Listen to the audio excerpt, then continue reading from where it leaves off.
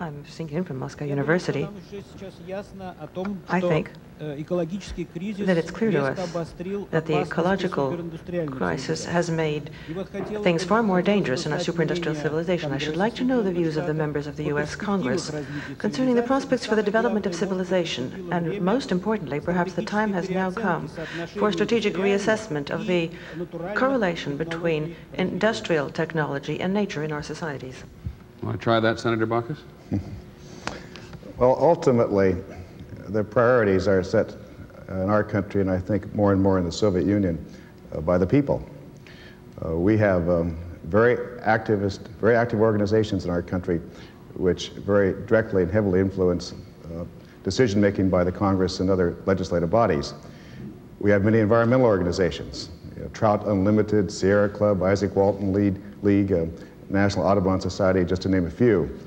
And I suspect the degree to which those same kinds of organizations develop and are active in the Soviet Union, the more that you can have an environmental glasnost, which will also directly influence priorities set by Soviet decision makers. Now, Congresswoman Schneider, let me ask you to be specific about Americans today. Do you think we are really willing to alter our lifestyles, use more mass transit, use less electricity, recycle more, procreate less? I think you're asking the wrong person that question, because the fact of the matter is I don't agree with the assumptions that are behind that question. I don't happen to believe that it would slow down the growth in the United States. The example is that over the last 15 years, since our last energy crises, we have used 1/3 less energy, and yet our economy has increased and improved over the years. We really have to say, is it necessary for us to progress as a country by doing without? I don't think so, because of the technology today. Okay, we'll come back and talk about that and more in just a minute. I think our Soviet audience is now accustomed to the fact that sometimes during these broadcasts, we in America sell things. And I'm told you also do the same thing in Moscow now.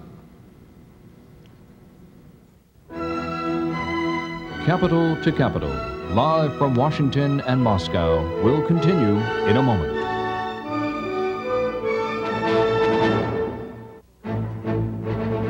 This is Capital to Capital, the environment crisis in the global village. In the last 20 minutes, 60 million more trees were cut down worldwide. And the world has produced enough additional carbon monoxide to fill the Goodyear blimp 21 times. Now live from the Kremlin in Moscow on the Rayburn House office building in Washington, Capital to Capital continues. Here again, Peter Jennings. Welcome back to Capitol Hill. Joining us in our audience here, a number of distinguished Americans concerned about the world's environment.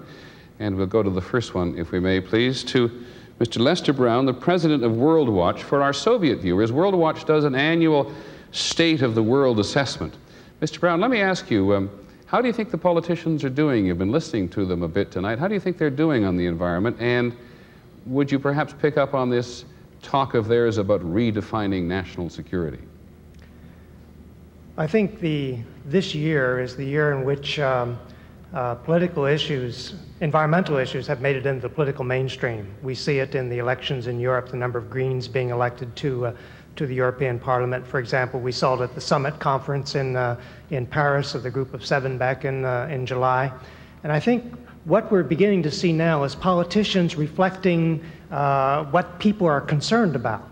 But what we have not yet seen is anything very concrete in terms of translating these concerns, the results of these polls that we're seeing in the Soviet Union and the United States, into concrete action. What's the problem from your point of view? That's what I was going to ask some of the political types, but it seems to me that there's a lag between the numbers you cited earlier, the $5 billion we're spending to protect the environment in this country, and the $290 billion that we're spending on for military purposes. It seems to me that that's a set of priorities that belongs to the past and is very much out of sync with what people want today. And the real question is, how can we redefine security in a meaningful way, recognizing that the real threats now to the human prospect are climate change, soil erosion, deforestation, ozone depletion. These are the issues that people are worried about. Perhaps we can first have Dr. Scherbak in Moscow answer that question, and then Senator Baucus in Washington. Mr. Scherbak, why are things not moving more quickly?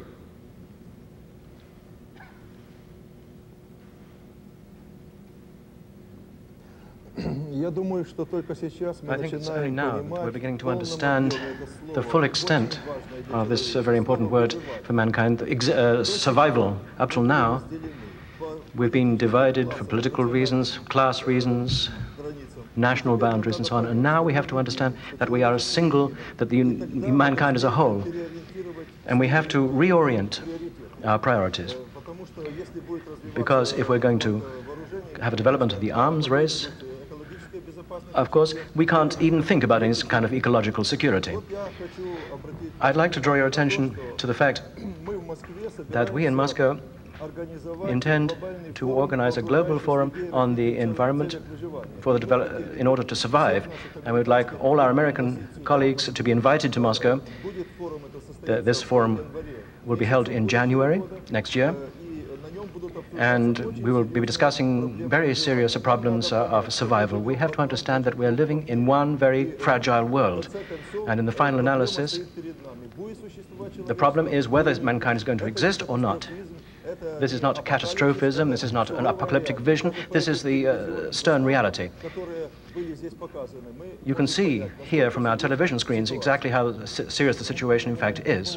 Dr. Sherbak, one of the Americans who is most interested in your country is also with us here in Capitol Hill, and perhaps might have something to say about American-Soviet cooperation and leadership.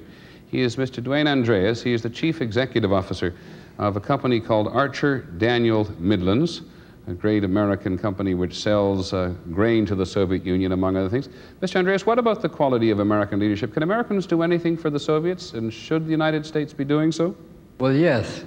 I would like to address to our friends in the Soviet Union and in Brazil the question of whether it wouldn't be a good time to start working together against one of the great dangers of this century.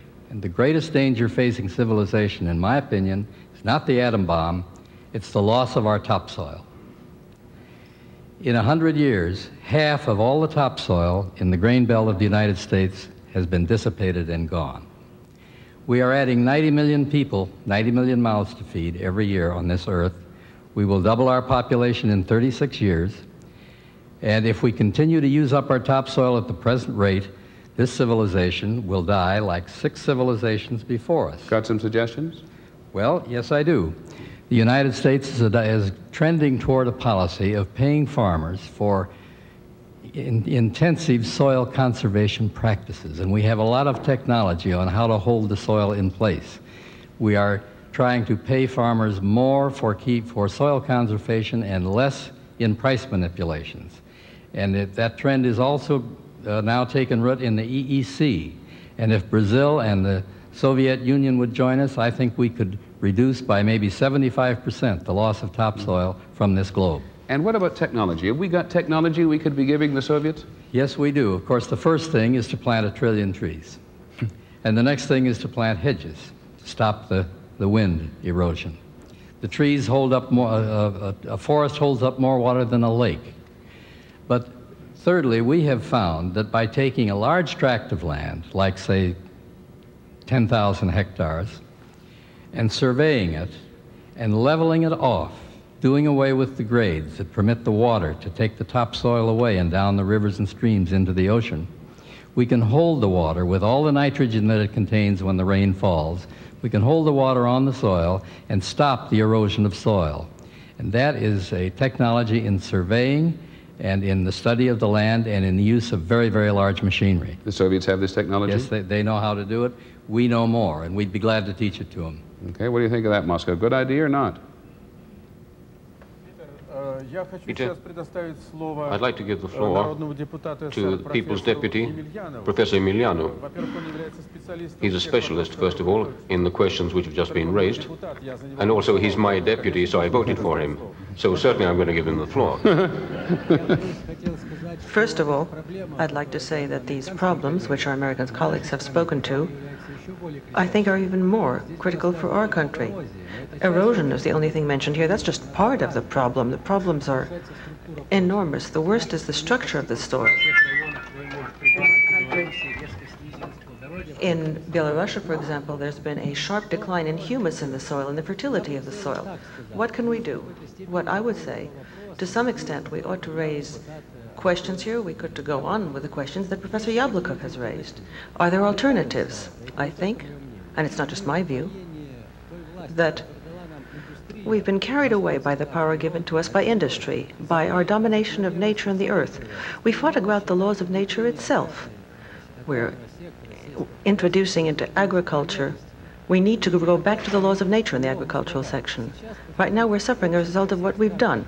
I think that all countries right now share these problems. The problem is that we need to have a biologization of agriculture. We ought to go back to more natural methods in agriculture. This will promote a preservation of the ecological balance. Moreover, this ecological aspect is not in contradiction with the improvement of economic indicators. For example, rational use of water for irrigation. The senseless waste in our country has gone on now for decades. We need rational use of water. It's both economically profitable and it preserves the earth. Are you interested in getting American technology? Well, of course. The answer is perfectly obvious. This is exactly that sphere in which he who gives receives. We need to unite our efforts here through R&D and through technical innovations. What is particularly important is rationalization of the system of land use, of technology which is useful in economizing the Earth's resources, technology which requires less water, that would be useful in preventing drought. Leonid? It would help us. Leonid, where in the Soviet Union are you going to get all the money to pay for this? Sometimes we get some very dangerous technology from the West. It's not always as nice as you make out.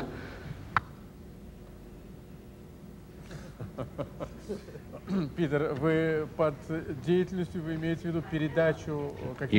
mean the transfer of technology to us? Is that what you mean? Deputy Emilianov put a very particular question. We're interested in exchanging experience, and I think we have something to offer our colleagues in the United States too.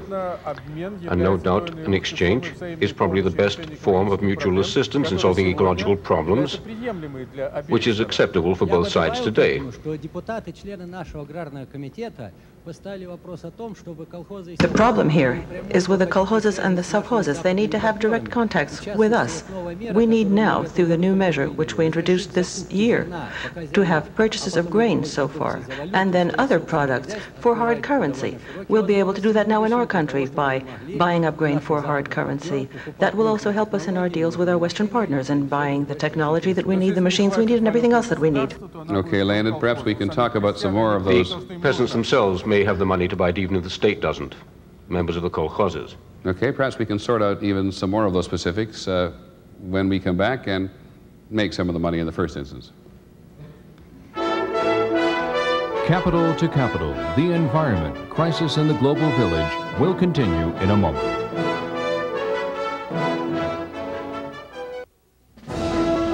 Capital to Capital continues. Once again, here's Peter Jennings. Live from Washington, 15 minutes after midnight. Live from Moscow, 15 minutes after 8 o'clock tomorrow morning. Let's go back to Moscow to Leonid Zolotarevsky and his two guests there. Leonid, you were in the process of saying we needed to make some specific proposals from your side and from this side about international cooperation on the environment.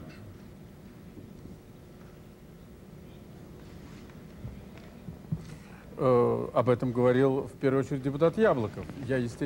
Yablokov said this first, and I support him, of course. But Peter, looking at your commercial, no references to ecological problems in the United States. Of course, our own commercial was rather unusual.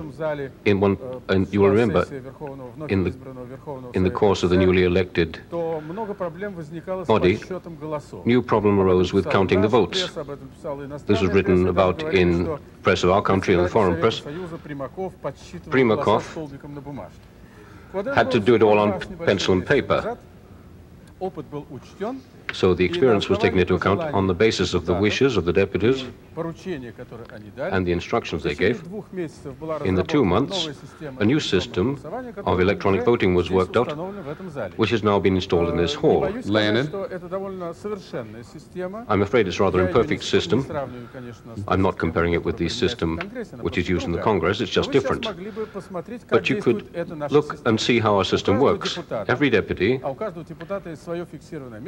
has his own seat, and he has a button. When he presses it the first time, and this is done to see how many people are in there, see if there's a quorum, would you be good enough to press the buttons before you? All of you. On the board, on the display, there's a countdown which gives the deputies to report their presence. They pressed the buttons, and we see there are 187 people present. And if there were a session and there were no quorum, we would think that there is a quorum now. Then the presiding officer can ask, who's in favor? And then those in favor will press the buttons. Who's in favor of cooperation? Sherbakov says, let's have a vote from those who are in favor of cooperation between the Supreme Soviet and the Congress. Who's in favor of this cooperation? Please press the button.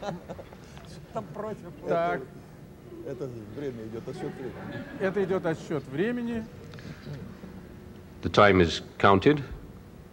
There's a countdown. That's fascinating, Leonid.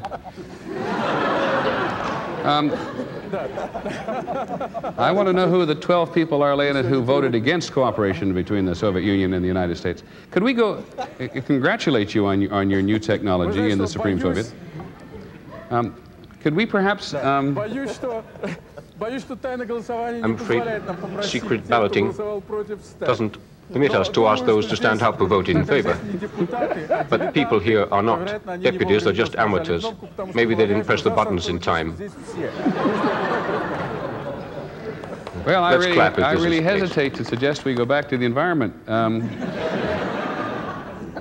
Do I get the impression, Leonid, that you have some specific proposals you want to make to our two representatives here, one of the Senate and one of the House of Representatives, about something you need from them or something you wish to give to us?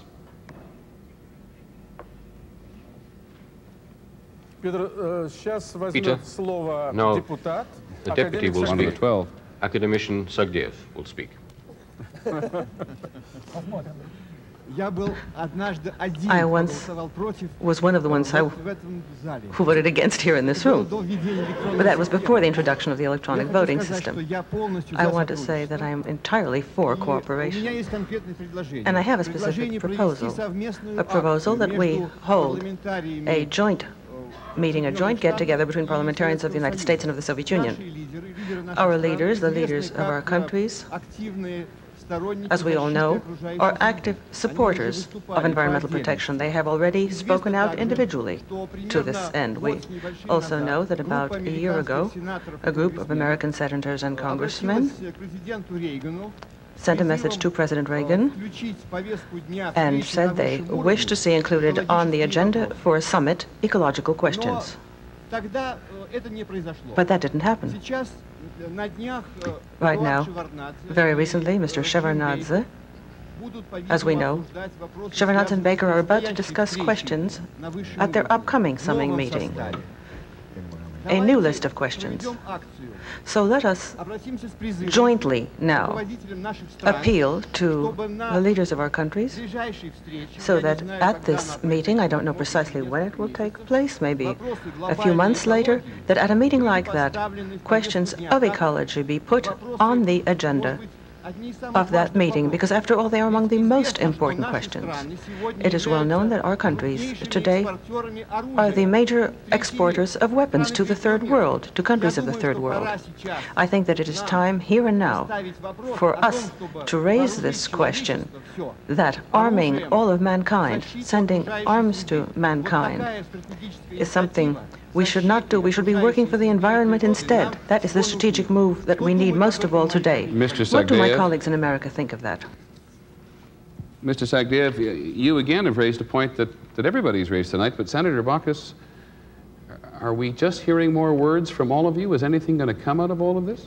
Well, I think something has come already, and that is the agreement among almost all major countries in the world to sign the Montreal Protocol on chlorofluorocarbon elimination. Do you want to explain briefly what actually happened or what it is? Well, essentially, chlorofluorocarbons, as most of us know, is a substance that's used in air conditioning and refrigeration. In a few years, it gets up to the stratosphere, about 70,000 feet, and depletes the stratospheric level of ozone. That ozone is a shield which prevents ultraviolet light from coming down and damaging people, humans, and animals, and causes skin cancer, for example. But a few years ago, no one would have thought that there'd be an international agreement to phase out the production of chlorofluorocarbons. But it's happened.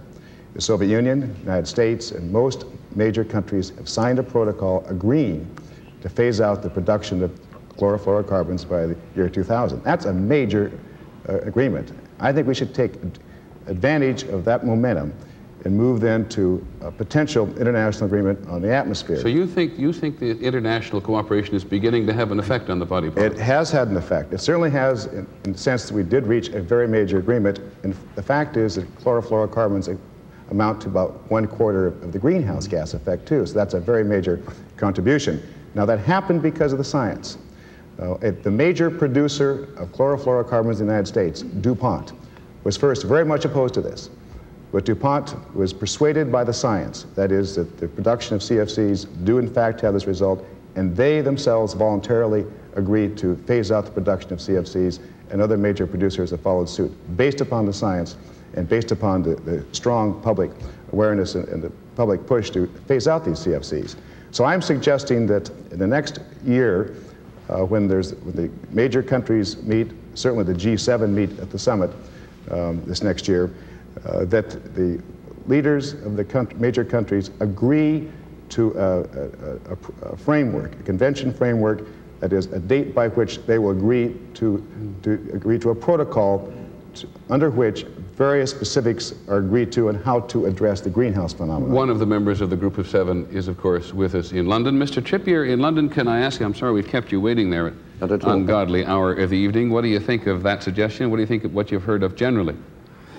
I'm very grateful to Senator Baucus for making the point about what has already been achieved on the international stage. I think can go a little further back than that and say that the only reason we identified the depletion of the ozone layer was because it was discovered initially by British scientists, but we had to have it confirmed by scientists in the United States, who I have to admit had more sophisticated equipment to actually detect that depletion in the ozone layer. So we had international cooperation at that stage. We then went to further international cooperation because we had the Vienna Convention, and then we led on, as the Senator has indicated, to the Montreal Protocol. And in March of this year, we had an international conference here in London, where most of the states who would be interested, as the Senator has indicated, attended, and there's going to be a major conference again in June. Now, this is a major step forward. The difficulty that we have is, although most of the developed nations are very sympathetic and most of them have signed up to the Montreal Protocol, we still have enormous difficulties internationally with perhaps countries like China and India. We have difficulties, for instance, in finding substitutes. Why do we have those difficulties, Mr. TRIPPIER? Because they can't afford it? The specific difficulty with China is trying to persuade them to recognize that they should reduce dramatically the use of CFCs. And the difficulty that we have specifically in finding a substitute for CFCs in refrigerators. And although it may sound a minor point, it's certainly major in my mind. The Chinese have said that it is their aim by the turn of the century, the year 2000, to supply every home in one way or another with a refrigerator. Now, it's all well and good, Europe, including the United Kingdom, the Soviet Union, and America agreeing on many of these things. But we also have to reach those people in China and in India And although we've made major strides, a lot of work still needs to be done. Let me ask you a question to put to both the Soviet and the American diplomats here. Should both the Soviet Union and the United States be doing more to assist those countries in the world which cannot afford their own environmental cleanup? I think in the field of technology transfer, they can do more, and I think we can do more. I give another example. If we move away from the ozone layer problem, we are at the moment importing toxic waste because we have a number of companies who are fully licensed and have sophisticated technology to deal with that problem and to incinerate it to a very high degree and get rid of it. So does, I understand, the Soviet Union, certainly the United States does. We are importing, and have been importing into this country, with these and dealt with by these licensed companies, importation of toxic waste from Canada. My Secretary of State, on the 19th of this month, will be raising within the European Council of Ministers the point that we should try to transfer our technology to those countries that haven't got this form of sophisticated technology. And it's not, from what I've said, if Canada hasn't got that, then it's clearly not just simply underdeveloped or less developed countries, but others as well. Mr. Trippier, let me and I think we can all help. Let me ask Congresswoman Schneider if she thinks the political will is there in the United States. I think that the political will is growing, but I think that we need to hear more from the grassroots to create that pressure for us to provide the technology transfer that we do in fact have.